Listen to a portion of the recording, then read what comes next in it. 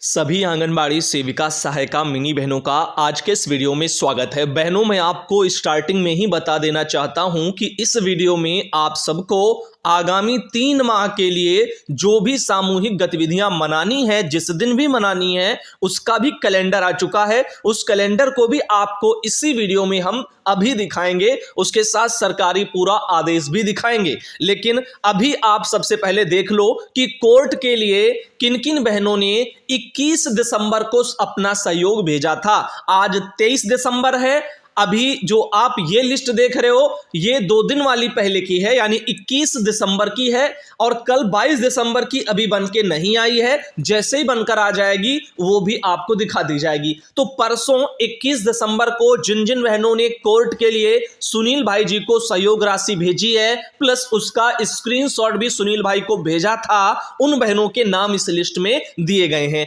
जैसा कि आप देख सकते हैं, पहला राम दुलारी सिंह कोची, जो कि अमेठी से हैं, 300 का सहयोग इनका था। नीलम भीमनगर से गाजियाबाद में पड़ता है, 200 रुपए का सहयोग इनका था। सावित्री हैं अमरोहा से, 500 का सहयोग इनका था। और साधना सिंह है निगुरा 2, जो कि चंदौली में है, 100 रुपए का सहयोग इनका था। सीमा देवी हरसाओं सीतापुर से हैं, 150 रुपए का सहयोग इनका था। ध्यान देना बहनों, जो भी पैसे और जो भी मैं नाम ले रहा हूं, ये पैसे आपने इतने सुनील भाई जी को दिए हैं कोर्ट के लिए 21 दिसंबर को। ध्यान देना। अब चलते आगे। तो सीमा देवी हो गई सीतापुर वाली। अब देखो, आनंदमती हैं बलरामपुर से, 100 रुपए का सहयोग इनका था। निरहा देवी हैं बलरामपुर से, 50 रुपए का सहयोग इनका। रुचि देवी मिर्जापुर से, शाहजहांपुर में पड़ता है, मिर्जापुर ब्लॉक है शाहजहांपुर का, 100 रुपए का सहयोग इनका। रेखा मानिकपुर चित्रकूट से, 200 का सहयोग इनका।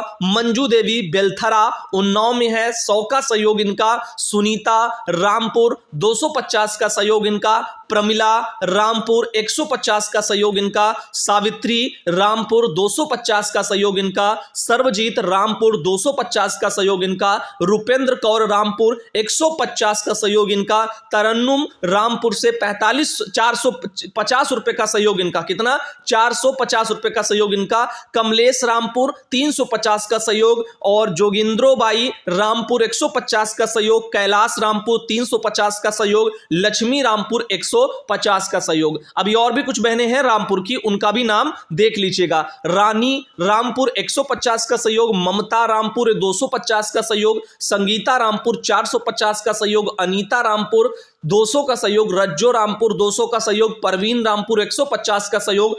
विमला रानी रामपुर 350 का सहयोग। सुनीता रामपुर 150 का सहयोग। संतोष रामपुर 350 का सहयोग।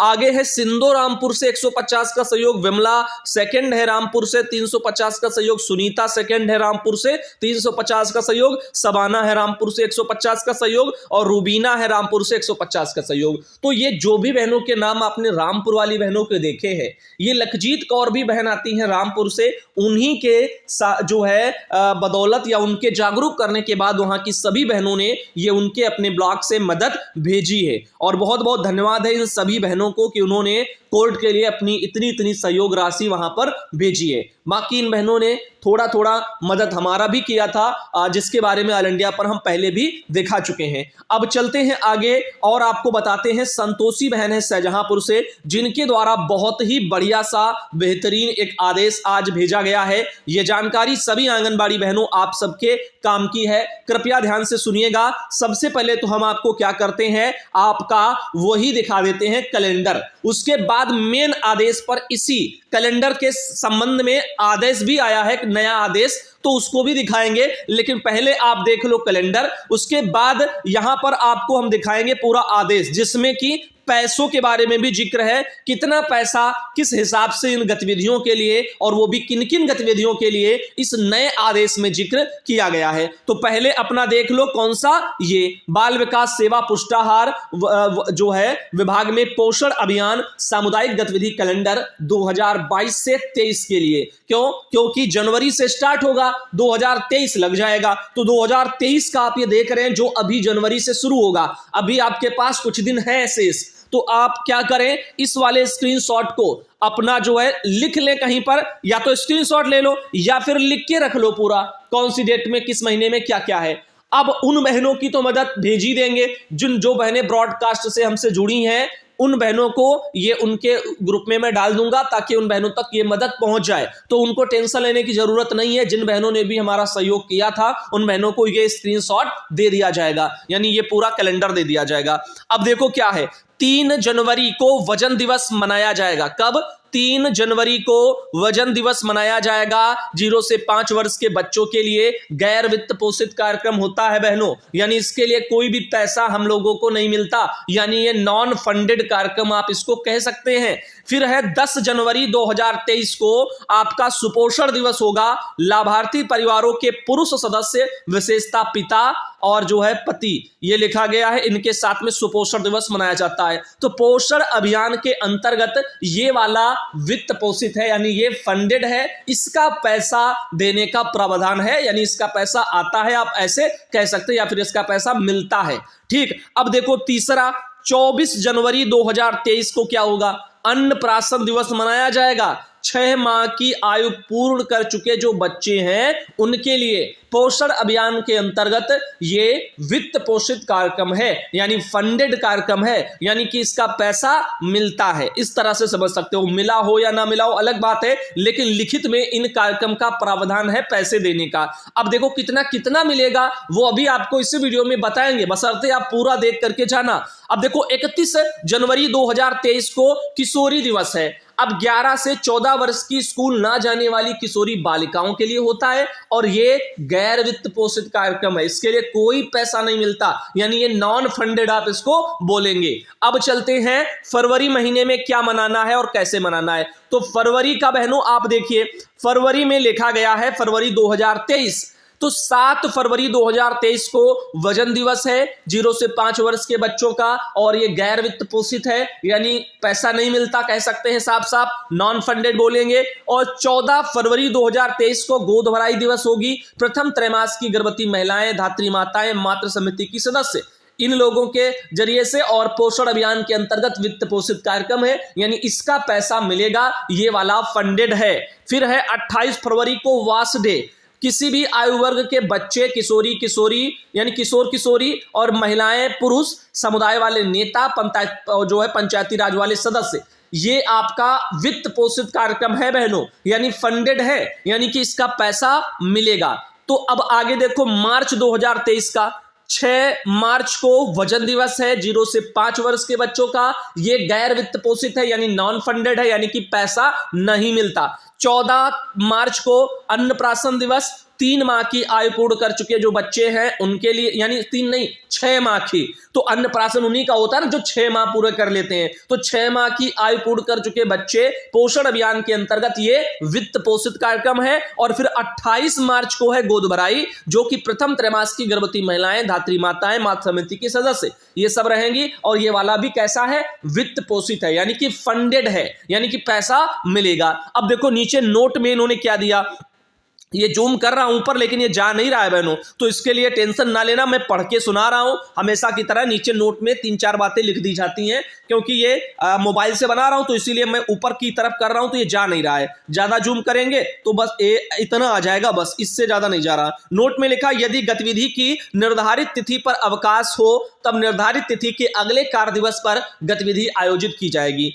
यानी अगर किसी दिन जो है अवकाश होगा तो उसके अगले दिन ये कार्यक्रम बना लिए जाएंगे। मान लो ये जो डेटें दी गई हैं इनमें उस दिन छुट्टी पड़ रही होगी केंद्र पर, तो फिर उसके अगले दिन वो कार्यक्रम मनाया जाएगा। पोषण पखवाड़ा 2023 की गतिविधि पृथक से जो है प्रस्तुत की जाएगी। तो जो पोषण पखवाड़ा आएगा 2023 का, उसके लिए अलग से लेटर आएगा, अलग से गतिविधि कैलेंडर आएगा। प्रत्येक आंगनबाड़ी केंद्र पर ईसीसी गतिविधि अपराह्न 12 बजे पहले, समुदाय गतिविधियां अपराह्न 12 बजे के बाद आयोजित की जाएंगी। यानी ये जो कार्यक्रम आप जो मनाएंगे, ये जो दे रहा हूं मैं जो है सामुदायिक गतिविधि वाला ये कैलेंडर जो दिखाया, इस वाली सभी कार्यक्रमों को 12 बजे के बाद में ही आयोजन किया जाएगा। इस बात का भी ख्याल रखें, क्योंकि ईसीसी वाले जो कार्यक्रम है बच्चों की पढ़ाई लिखाई से रिलेटेड, वो 12 बजे के पहले कराए जाएंगे, और ये जो गतिविधियां वाला है ये 12 के बाद का है। अब प्रत्येक माह के तीसरे मंगलवार को आंगनबाड़ी केंद्रों पर पीटीएम आयोजित की जाएगी। तो अब प्रत्येक महीने तीसरे मंगलवार को आंगनबाड़ी केंद्र पर पीटीएम यानी कि पेरेंट्स टीचर जो मीटिंग टाइप का जो होता है, तो वो करवाया जाएगा।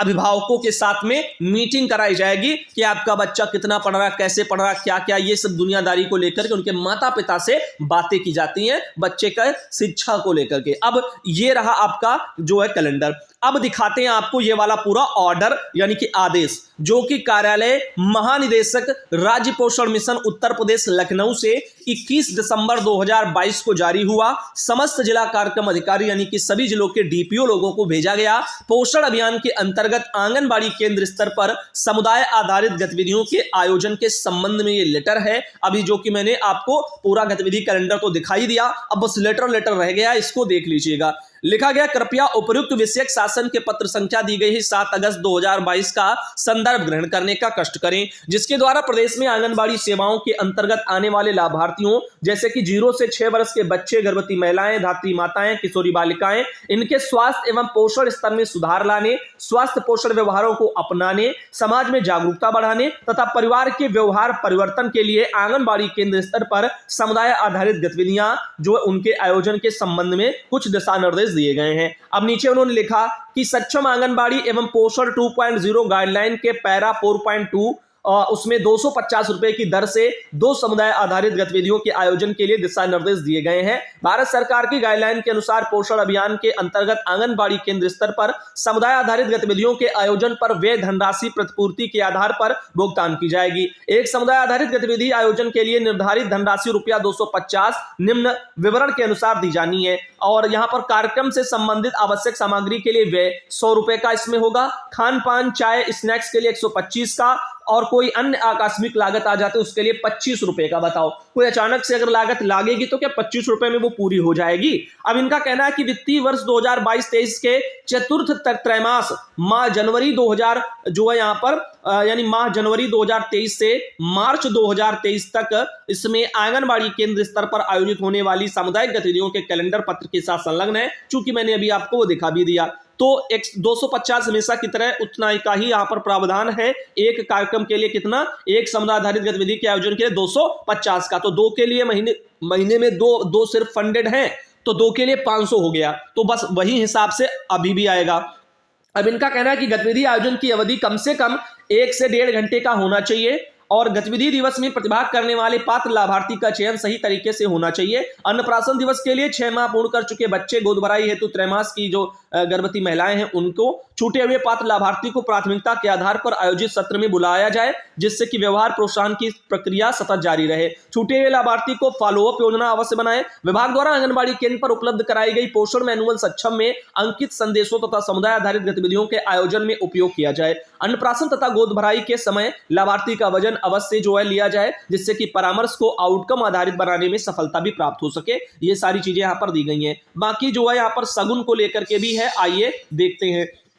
और इसमें इन्होंने क्या लिखा हुआ है, इस वाले पॉइंट पर भी चलते हैं। ये रहा कि गोद भराई दिवस पर गर्भवती महिलाओं को सगुन कैलेंडर विभागीय वेबसाइट से डाउनलोड करके प्रिंट करा करके उनको दिया जाएगा। बाकी सुपोषण दिवस के आयोजन पर गर्भवती महिलाओं के पतियों और बच्चों की माताओं और पिता को पोषण हेतु उन्मुख किया जाएगा। इस बैठक में समुदाय के नेता, सामाजिक कार्यकर्ता, इन सबको सम्मिलित किया जाएगा। बच्चों के दादा दादी, नाना नानी, इनके घर के अन्य सदस्यों को भी प्रतिभाग कराया जाएगा। अब ऐसा नहीं है कि रह रही हैं ससुराल में तो मायके से नाना नानी को बुलाया जाएगा, ऐसा नहीं है। बहुत सी लोग ऐसे हैं जो कि अपने वहां जो है ससुराल में रहते हैं, कोई मायके में है, तो उसी हिसाब से उनके गार्जियंस को बुलाया जाएगा जो परिवार के हैं। अब देखो आगे कोविड-19 के प्रोटोकॉल का पालन भी किया जाएगा, ये भी दिया गया है। तो इसी तरीके से सारी चीजें यहाँ पर दे दी गई और मुझे लगता है कि ज्यादा कुछ काम का इसमें दिख नहीं रहा, तो इतना ही आप लोगों के लिए काफी है। कपिल सिंह जी निदेशक जी का ये लेटर है। और आज के इस वीडियो के लिए दोस्तों यहीं तक रखते हैं और अगले वीडियो में बहुत ही जल्द आप सबको कोशिश करूंगा 10 बजे के वीडियो में भी मैं मिलूंगा।